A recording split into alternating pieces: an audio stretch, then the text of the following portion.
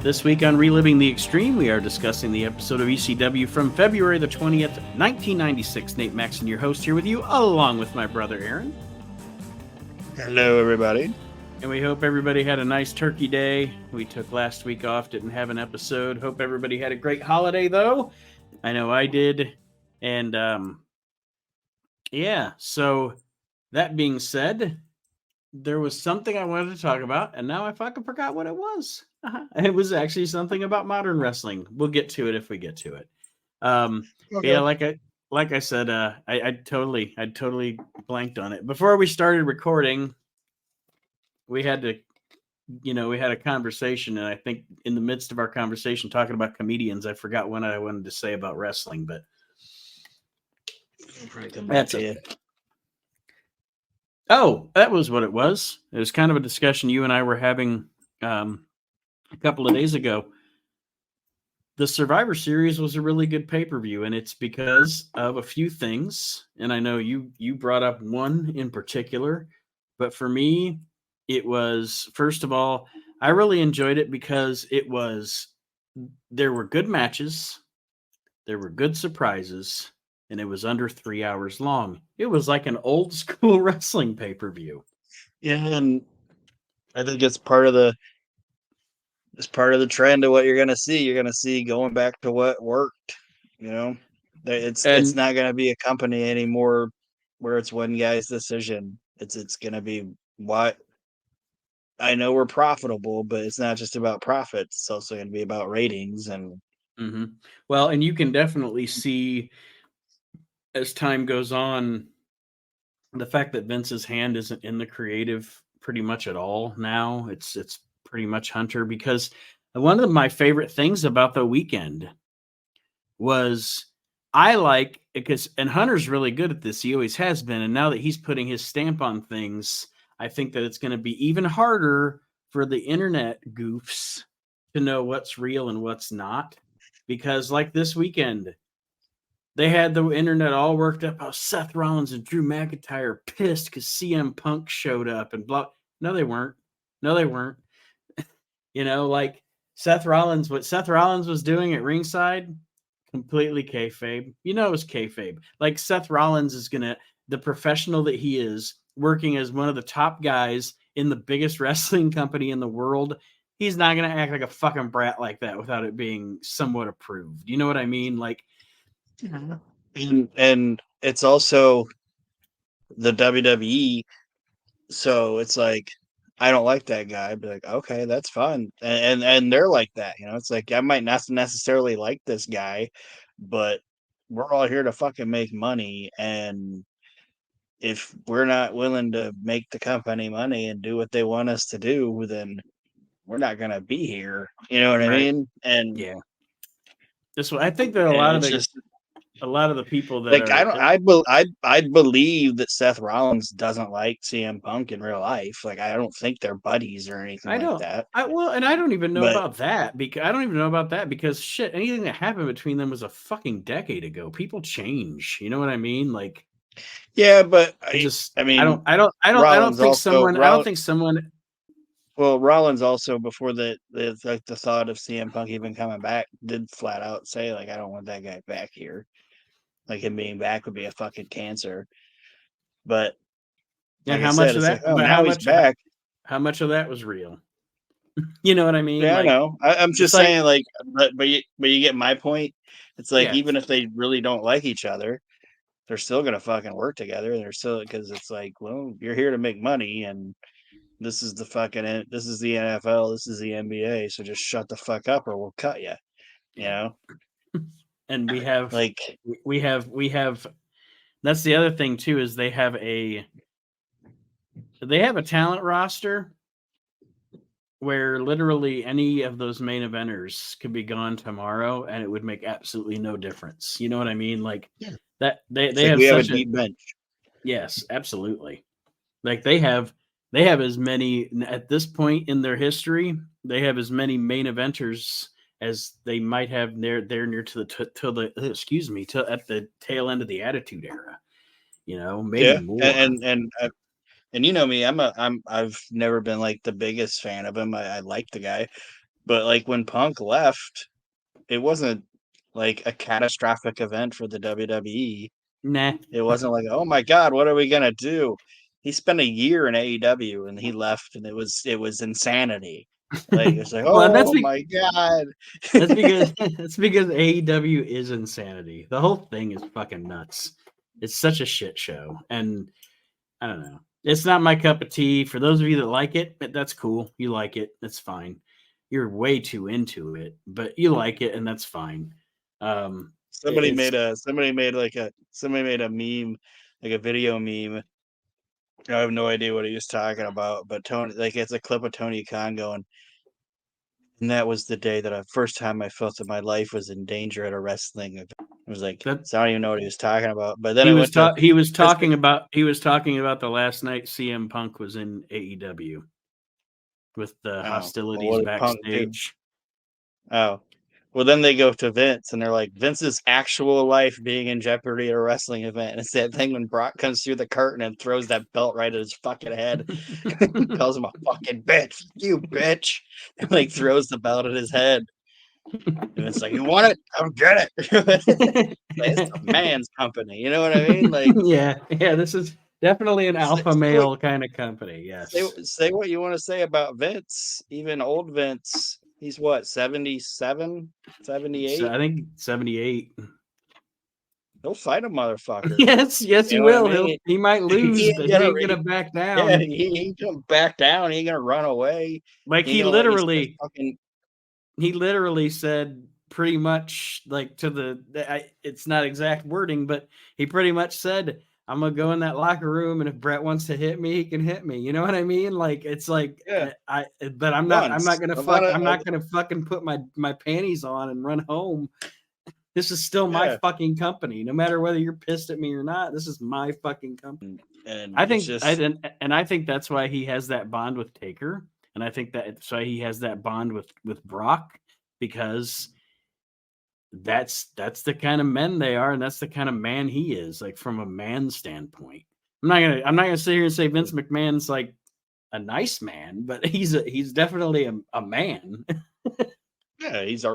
He'll fucking he'll fight you if he has to. He gonna fucking run away or let a guy fucking eat cupcakes and bash him to his face. It's like Yeah, he'll Vince wallop you. McMahon, You know what I and mean? Like, yep. Well, like we were discussing before, the same shit's not gonna wouldn't happen with Hunter either. CM Punk ain't gonna yeah, sit there and fucking Hunter's a fuck. badmouth.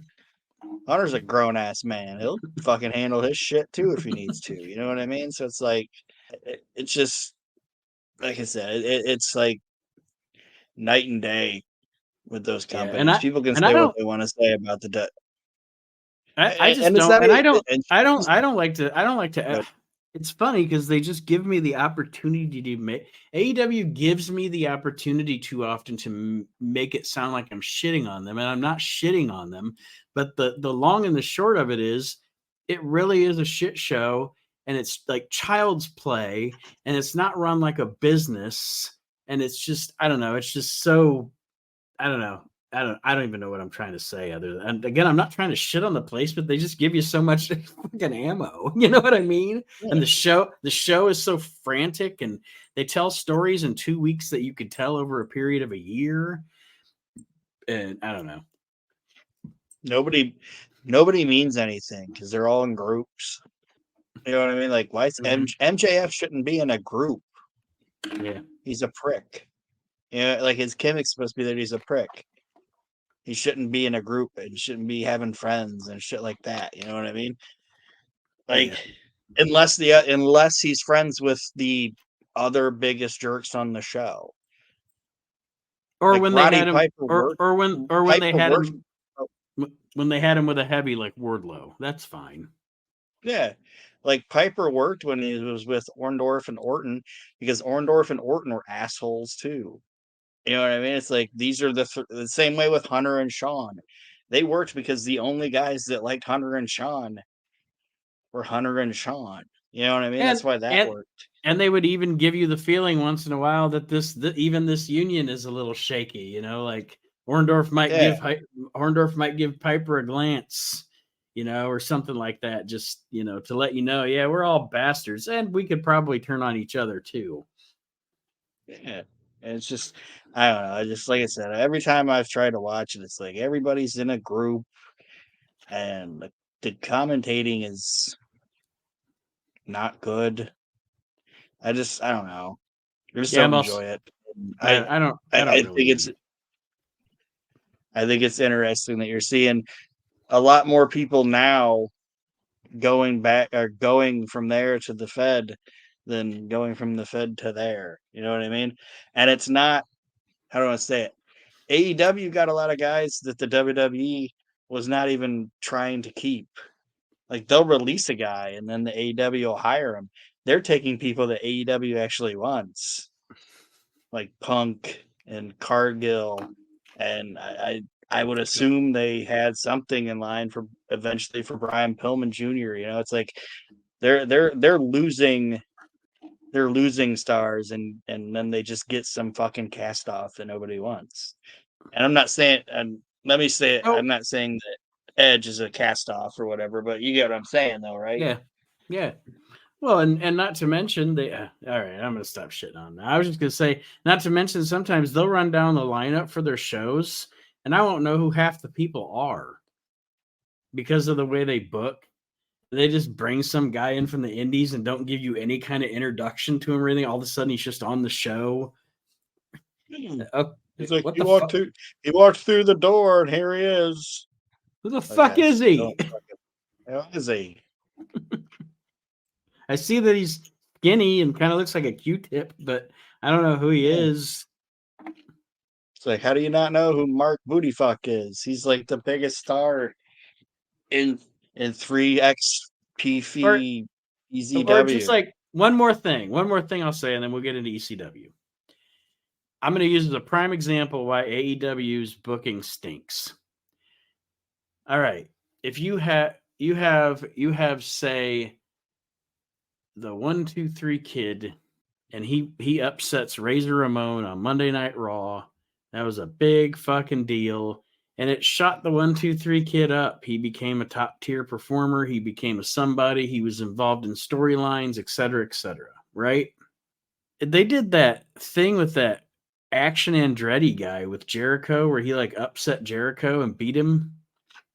I don't even know what the fuck's going on with that guy. Shouldn't beating Chris Jericho instantly put a fucking rock? I mean, if Jericho's as big a star as you're presenting him to be, shouldn't being kind of a nobody and beating Chris Jericho put a fucking rocket on you? Nah, didn't. And I'm not saying WWE isn't guilty of it because it happened with Fandango, but I'm just saying it's more likely to happen in AEW. And I'm not even saying they don't have talented guys over there. You know what I mean? Because they do. And like that Garcia guy, he's great. His first name what's the Daniel Garcia? I've seen him work. When he's not doing goofball shit, he's a fucking worker. And that Max Caster guy, he's a fucking charisma bonanza. Like when he finally figures it out and goes over to Vince or goes over to the WWE, he'll be what they wanted to get out of Enzo because he can actually fucking work too. But Mm-hmm. it's just, I think that company's just treading water, and I'm not saying they're going to be out of business in fucking 5 or 10 years, but I don't think they're going to have a TV. I don't think they're going to have a network. I don't Yeah. think anyway. But Yeah. Well, it's the story of the past 22 years since the WCW went out of business. It's always somebody's going to take out the WWE, and it never happens. 20, 30 years from now, two other kids are going to be doing the Reliving the Elite podcast or whatever the next thing is, and it'll be them bitching about or making fun of old AEW. But anyway, Well, like I said, February 20th, 1996 episode of ECW. We open up with Sandman with his new squeeze, Missy Hyatt, and of course they're doing the making the big stick explode gimmick here. And I mean, it's ECW, it's 1996, it's Missy Hyatt and the Sandman. It's pretty much what you expect. Yeah, and I'm not gonna complain about the 93 through 96 Missy Hyatt being on my TV. It's when she was her hottest. But that's setting up the beginning of the show, and then we go to footage from a 6-man tag team match. It is the Dirt Bike Kid, Donnie Allen, and Dino Sendoff, and I forget what the Dirt Bike Kid wrestled as the last time. Shark Attack Kid. Shark Attack Kid, and I thought it was Dirt Bike Kid when we were talking about it, but yeah, I was right. The Dirt Bike Kid is here along with Donnie Allen and Dino Sendoff, and their opponents are Bad Crew, and they just call him Dread here on ECW. But if you ever looked, if you back in the day, if you ever looked at the old PWI 500s, this guy Judge Dread would always be somewhere down there in the 400s in the PWI 500, and that's who this was, teaming with the Bad Crew in this 6-man. Just a big fat slob. Yeah, a big. The whole team's big. He's one of those guys that's a big fat tall guy. Like he's big, fat, and tall.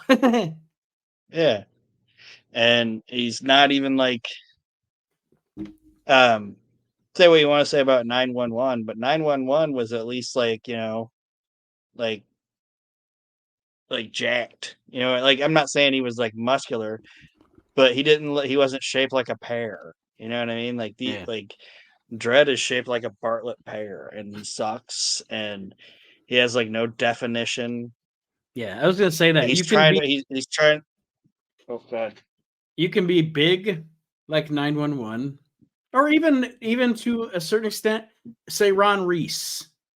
You can be big like one of those guys and have some sort of build, and it looks intimidating. But a guy like this Dread guy, when you're big, tall, and like Aaron said, pear shaped, you don't look intimidating. You just look sloppy. Yeah. Like look at this big sloppy fuck up in the ring. I can't remember who was talking about it, but they talked about Ron Reese. And they said he was like a nice guy and everything, but everybody in WCW called him Rex because he was like super big, but he had like they're like, you're like a big, huge man, but you have like normal people arms.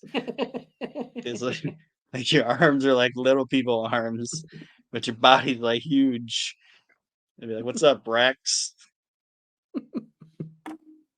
And now that you say that, I see it in my head. I'm like, yeah, they're right. Oh yeah, you got normal people arms.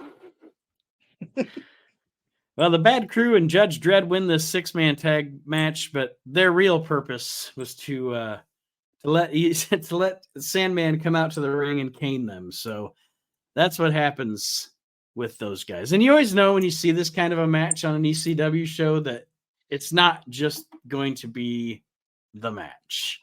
When you see Yeah, when you see it used to be it used. Yeah, go sorry. ahead.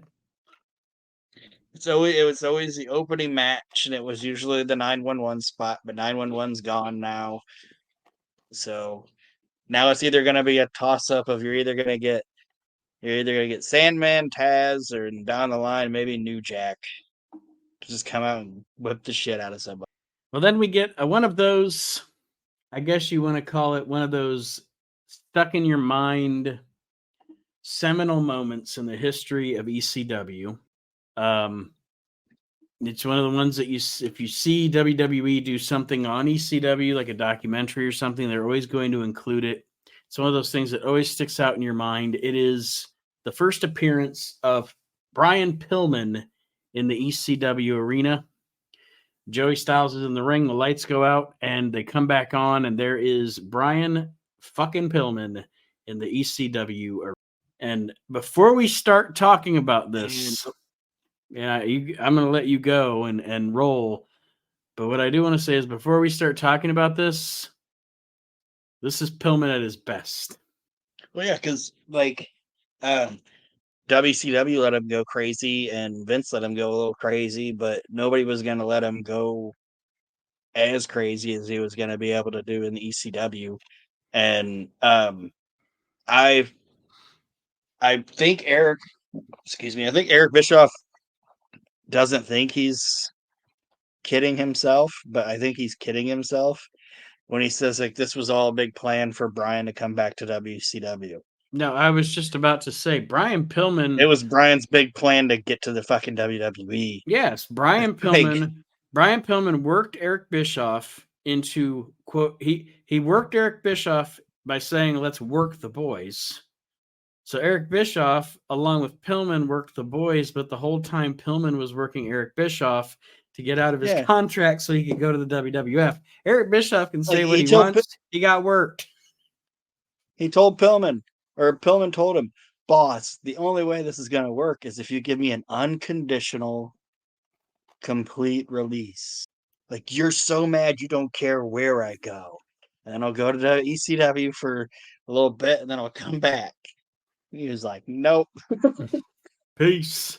Like, if he wouldn't have died, he'd still be in the WWE, I think. You know what I mean? Like, Yeah. he wouldn't have went. He wouldn't have went back to WCW. Fuck that. He wanted out of there. He wasn't going to go any further. He knew he wasn't going to go any further than he was with that fucking company. Right. Hulk Hogan wasn't going to work with Brian Pillman. You know what I mean? Probably the only guys that wound up there that probably would have worked with him. I think, and I know this is an ECW podcast, but I think Savage would have worked with him, obviously. And I honestly think if he would have been there long enough, I think Piper would have had the itch to want to do something with him. I think. But fucking Hogan and all them guys, they weren't going to fucking do it. No, and I think Nash and Hall would have been afraid of him. But anyway, go ahead. Not saying physically. Like, he would have, they wouldn't have wanted to get on the mic with Brian Pillman. Anyway, go ahead. No. I think that with the Bischoff thing, I was just going to say he saw the insane at that time. I think he saw the insanely large ego, and essentially what he knew in his head was there's no way that Bischoff would ever think that I wanted to leave here because it's the WCW. It's the biggest wrestling company in the world. Why would I ever want to leave? It's the number one Monday night show, blah, blah, blah, blah, blah. But he wanted the fuck out, just like for the same reasons that you're saying right here. He knew that he was pretty much where he was going to be on the card, and he wasn't going to get any opportunity to move up. And all my friends are over there now too. Yeah. Steve's there. All the guys I like to hang out. Yeah. Those are all the guys I like to hang out with. And that's where I want to go. And it's like I said, I think Bischoff believes what he believes because Pillman wasn't around long enough to prove him wrong is what I think. But into the promo, I don't want to monopolize this. He calls Eric Bischoff Eric Jerkoff. Then he calls him he says that he was a glorified coffee gopher for the AWA. And then he just blatantly says Eric Bischoff is a piece of fucking shit. And he doesn't even say Eric Bischoff is he does the thing. He's like, Eric Bischoff, piece of fucking shit. Like, and I don't know, but the fans are cheering him.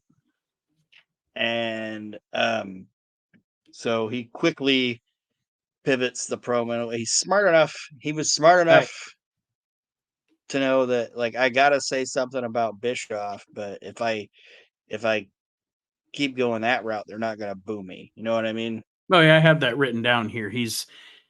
Another reason of why this is the best of Brian Pillman, some of the best of Brian Pillman is he like you said, he was smart enough to read that room and be like, oh shit, I'm babyface right now. I need to, if I'm talking about WCW and I want to shit on somebody, I need to shit on Eric Bischoff. But I'm talking about ECW, I got to shit on these motherfuckers.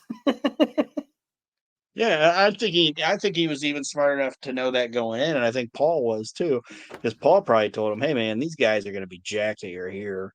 You know what I mean? Like, they're going to lose their fucking minds, and I mean, they lost their minds when he showed up when he was still flying Brian, and he wasn't even the loose cannon yet. They're gonna love this fucking loose cannon character, and Paul didn't want it to be a baby face, so it's like you're gonna have to cut the like you could have cut a promo on Sandman, and they still would have fucking cheered him, and they could have cut a promo on his. But it's like you got to attack them. Yeah. You know what I mean? Mm-hmm. And that's what he did. Well, of course he says this is the he says he's gonna whip it out and piss in the ring, and Todd Gordon, Paul Heyman, and Shane Douglas come out to wrangle Pillman from pissing in the ring, and they're giving him the business and everything. And then I put down here once security gets Pillman out of the ring, he beats up a plant. But what I put down, and I know it wasn't him, but I just thought I was like, then Pillman pulls Red Tyler out of the ring and beats him up. I wrote down Carrot Top. Oh, remember that old jobber from the WWF TV shows, Red Tyler? Yeah, that's what I put.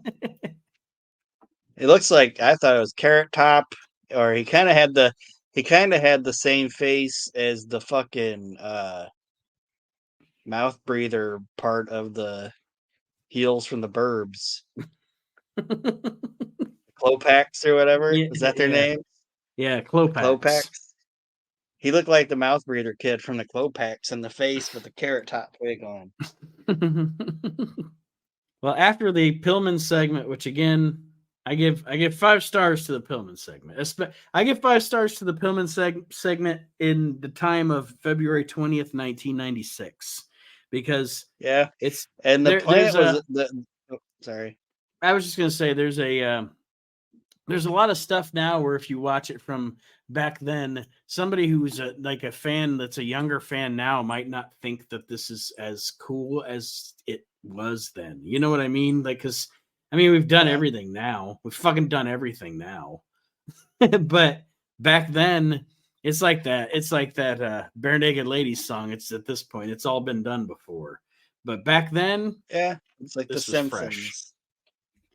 Like the South Park where Butters is trying to like do all kinds of crazy. I forget what his fucking evil character's name was, but he's trying to cause all kinds of problems. And every time he tries to come up with an evil plan, it's like The Simpsons did it. It's like, oh. But anyway, the plant was a good plant because in the WWF, like you want to pull a guy out of the crowd or whatever, the fans are apart from each other and it's like, organized or whatever. I would think it would be very easy to possibly grab the wrong person in like a chaotic ECW environment. So they were like, hey, there's Jerry. He has a giant flowing mane of red hair. And like that guy made sure the entire time he was standing up over everybody and like flipping him off. Like, I'm the guy, like I'm the one. Like, it's like it would have been very easy for Pillman to grab the wrong guy and like a big cluster of people. Yeah. You know what I mean? But they were like, let's have that fucking guy. He needs to be He's obvious. He's way too hard to miss. So the next thing we have on the show, is Joey Styles giving us more of the narrative that Taz is the most hated man in pro wrestling. And then I wrote down here my biggest pop of the show. Is Bill Alfonso? Yes. Taz and Alfonso are cutting a promo. They're talking about Rey Mysterio, and then they go into Bam Bam Bigelow showing up.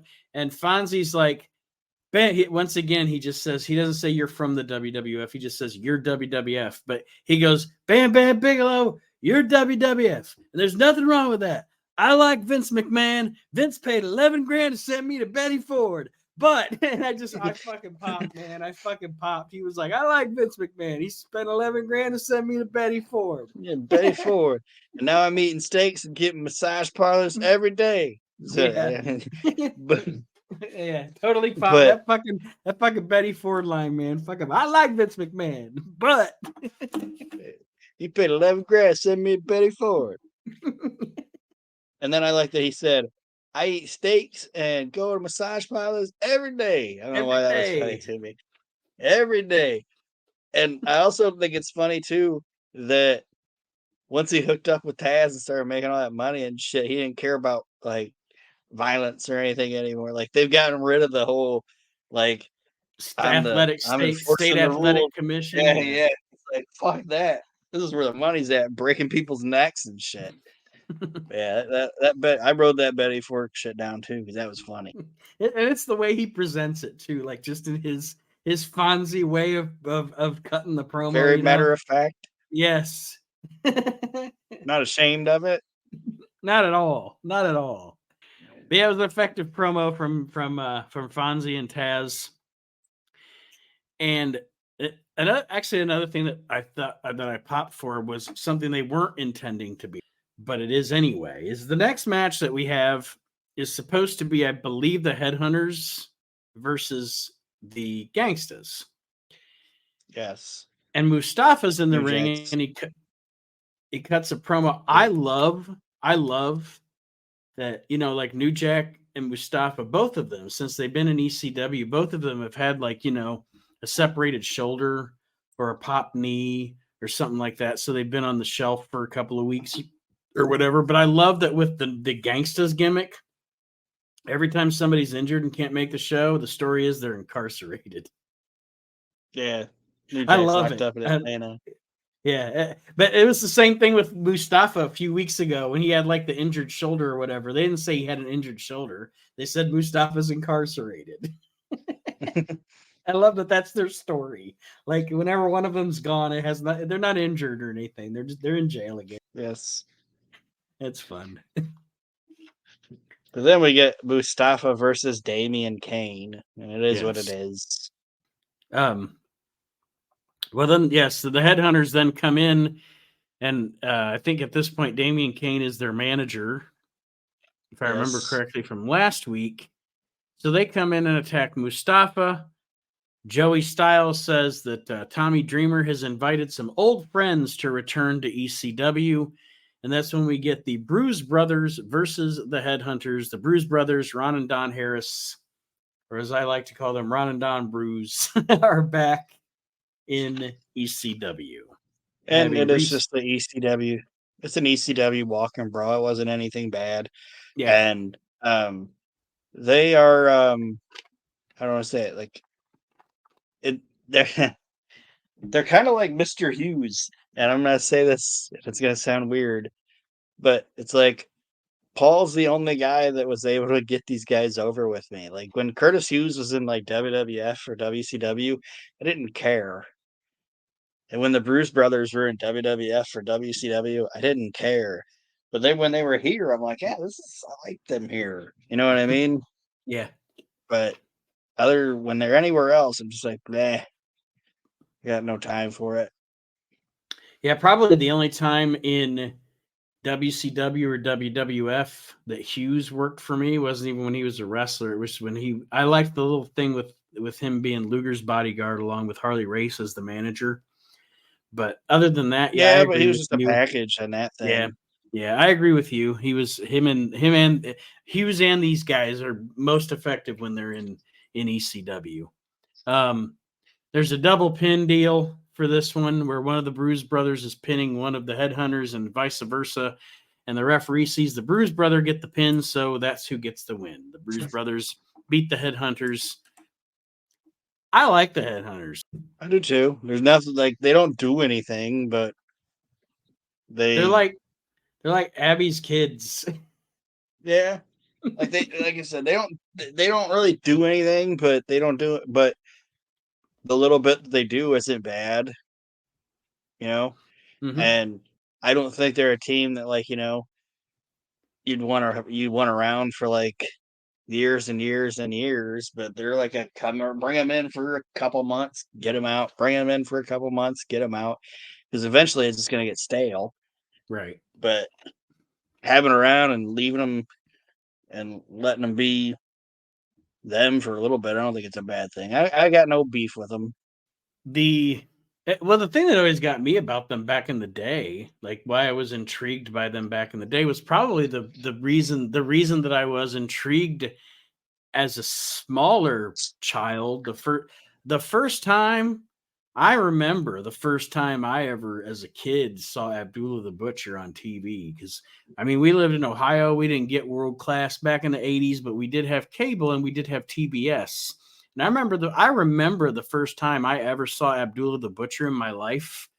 I was He was no good. He fucking stunk in the ring, but it didn't matter. He was so intriguing. Like there's nobody else that looks like this guy. There's nobody else that acts like this guy. I was just a little dude with my jaw on the floor looking at this, whatever the fuck this man is. And that's kind of how I feel about the Headhunters is they just have a unique look, like nobody has ever Yeah. looked or been like them since. And Abby didn't do anything really, but it's what he did between not doing anything that made him good. Yeah. Like he would walk chaotic. You know what I mean? Like he'd almost walk. How do I say? Like if it was a straight line that he was supposed to walk, he'd walk a figure eight to do it. You know what I Mm-hmm. mean? Like Mm-hmm. like he'd just do Or something. just Like I'm not saying he walked in figure eights, but it was like he was just or he just like made shit himself. like He presented when himself as being insane. Yeah, like when Gary Hart would be cutting a promo and he'd just take the little foam thing off the microphone and start eating it, like. Yeah. But anyway, the next match on the show is Stevie Richards and the Eliminators versus the Pitbulls and Francine in a dog collar match. And I do not have a lot of notes on this because it was another one of those matches where it was just hard to take notes on. Yeah, it was a big Like brawl and when you have a was what good it was. when you have a good technical wrestling match, it's easier to take notes because it's not as frantic. You're not afraid to look away from the screen for 13 seconds because you're going to miss something. Because there's nothing I hate worse.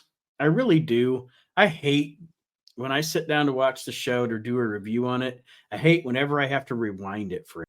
I hate that. Like I want to watch a show and be fucking done with it. And like I hate when I'm like, I fucking missed something. And then I got to go back and see what did I miss. But anyway, um what I did write down, Stevie gets a couple of kicks in front of Francine in this match.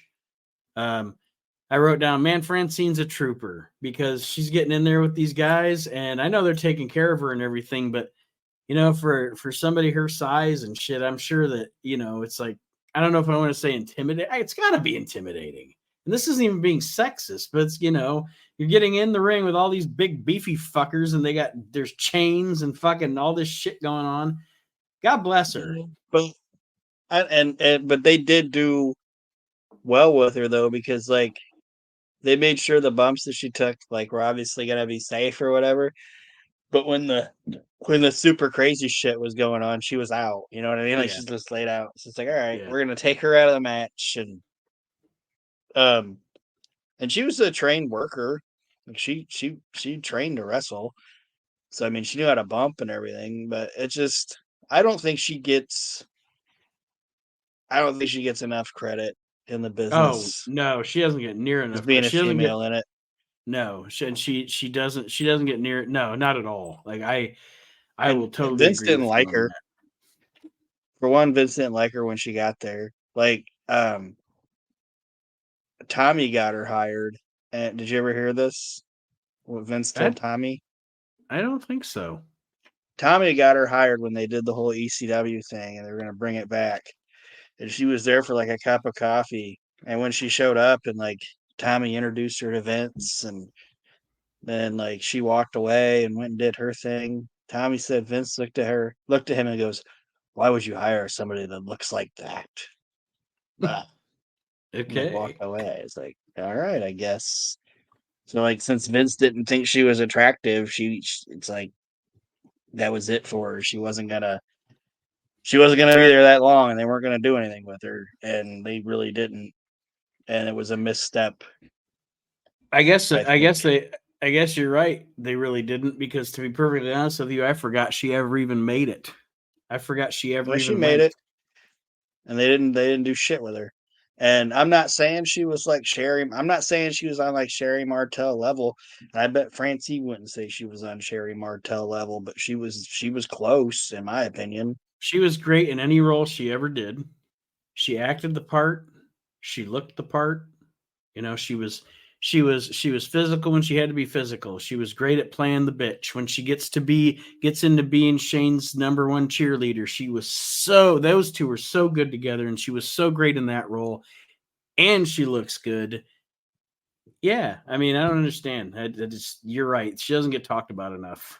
As far as especially for, I guess I'd say the '90s era of pro wrestling and females in it. But it is what it is. Yeah, there's plenty of females that they talk about now. It's like you didn't have half the fucking talent that Francine had, in my opinion. But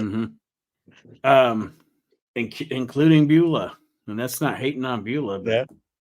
But yeah, this match. Do you have any notes on the match that you wanted to run through? Just like I said, it was an ECW. I pretty much just had it was an ECW finish. Yeah, it was just an ECW brawl, and I didn't like I liked the super bomb, but I thought the super bomb into the neck breaker thing was stupid. I was like, I don't like that move, but that's just me. It looks clunky. It's a clunky looking move and doesn't look believable to me. But anyway, it's wrestling, so I don't want to get too into the weeds on that. Well, the end comes where I think Stevie eats a super bomb, and then Francine pins Stevie to win the match. But the Eliminators hit a total elimination on Pitbull number 2. They hit a total elimination on Pitbull number 1. And then they hit a total elimination on Francine. And then they cut a promo. And I just wrote Eliminators promo, so they must not have said anything that stuck out to me. It was just, they said you can keep your they talked about taking out Francine, and they said you can keep your collars because we like our belts better. But the cool and Cronus didn't say anything. He just kind of woohooed a little bit in the back. Yeah. But what made it cool was like like when most guys are gonna cut a promo about, and we took Francine and we totally eliminated her, and you can keep your collars because we'll take it because we like our belts better. Like like somebody would say that they'd look like intimidating in the camera.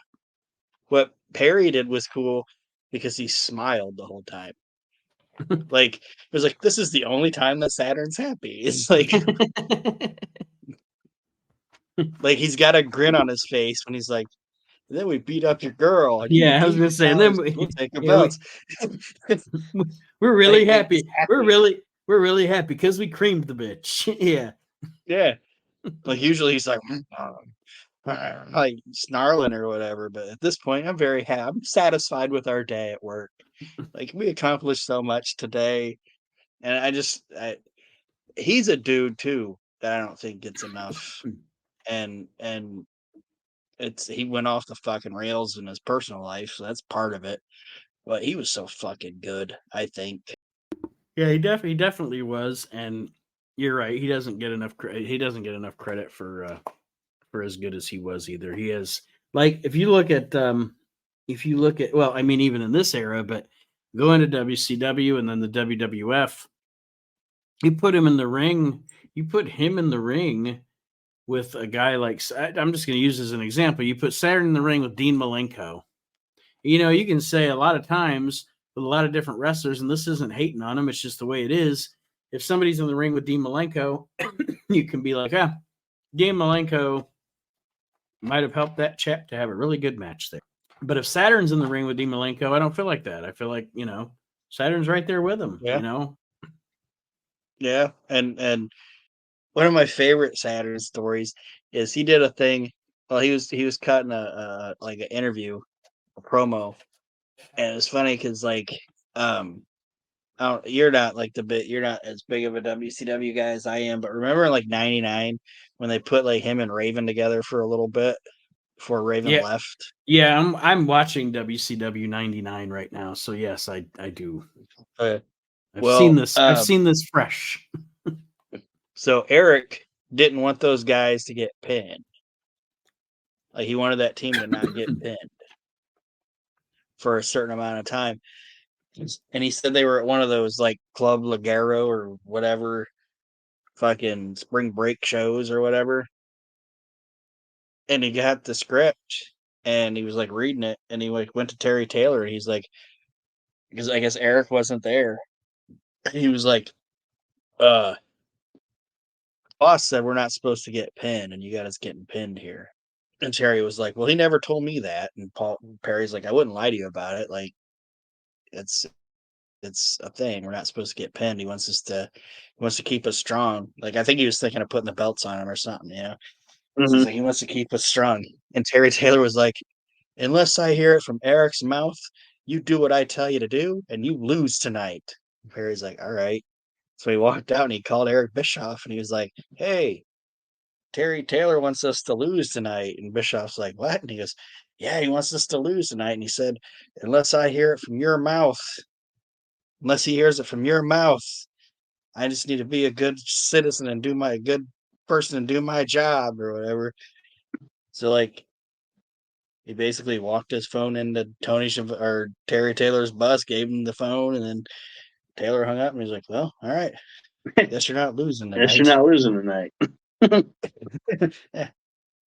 But I know it's a long story and it's better when he tells it, but it's just like I think him going to the W and then you know what got him in trouble there, don't you? Did you ever see that shit? The WWF? Yeah. I don't think so. I don't think I have actually.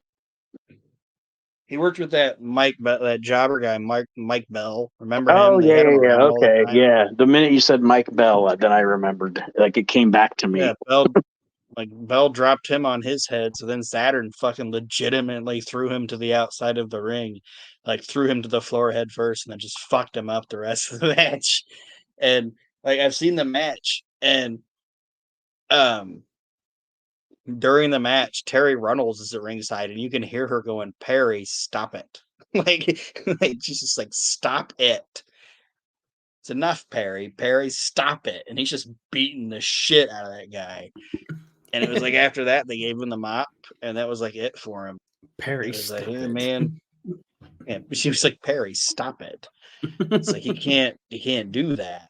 But anyway, I just think he got that derailed him, and then I don't know. I knew for a while he was like homeless and all this other crazy shit, but I don't think he is anymore. But sounds like his life went fucking sideways.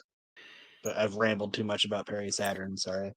The next thing we see on the show is Mr. Hughes. Well, it's supposed to be Mr. Hughes versus Bubba Dudley. And what happens here essentially is Mr. Hughes gets his heat because he beats up on Chubby Dudley and Sign Guy Dudley. Then he lays out Bubba Dudley. But then Big Dick Dudley hits Mr. Hughes with a crutch. And then Bubba hits a funny looking Bubba splash and pins Mr. Hughes. I love early Bubba Dudley. Like, he's like, because he is like, I don't know, he's kind of egg shaped and he's got that big face and like everything he does is Yeah, funny. it all looks awkward. Yes, on purpose. I get it. It's the gimmick. But Yeah, it's so fucking entertaining. yeah, it is. And then the crazy part is that wasn't even his biggest. Like his Right. biggest was right before he left. He was huge at that point. Huge. I love it when he talks about he's like, when I got in the business, I told myself the one thing I won't let anybody do is shave my head. The two things I won't let anybody do is shave my head and call me Bubba. He's like, then I got to Paul. Paul was like, we're gonna shave your head and call you Bubba. It's like, oh shit, okay. All right. Guess we're doing this. And you know what? Almost 30 years later, I'm sure he doesn't regret that Shaved decision head? at all. Nope. Well, the last thing we see on this show is a segment where Joey Styles is going to do an interview with Put Upon Tommy Dreamer. Dreamer comes out in a sling, and like, Yeah. there's nothing worse. I really, honest to God, like, there's nothing worse than the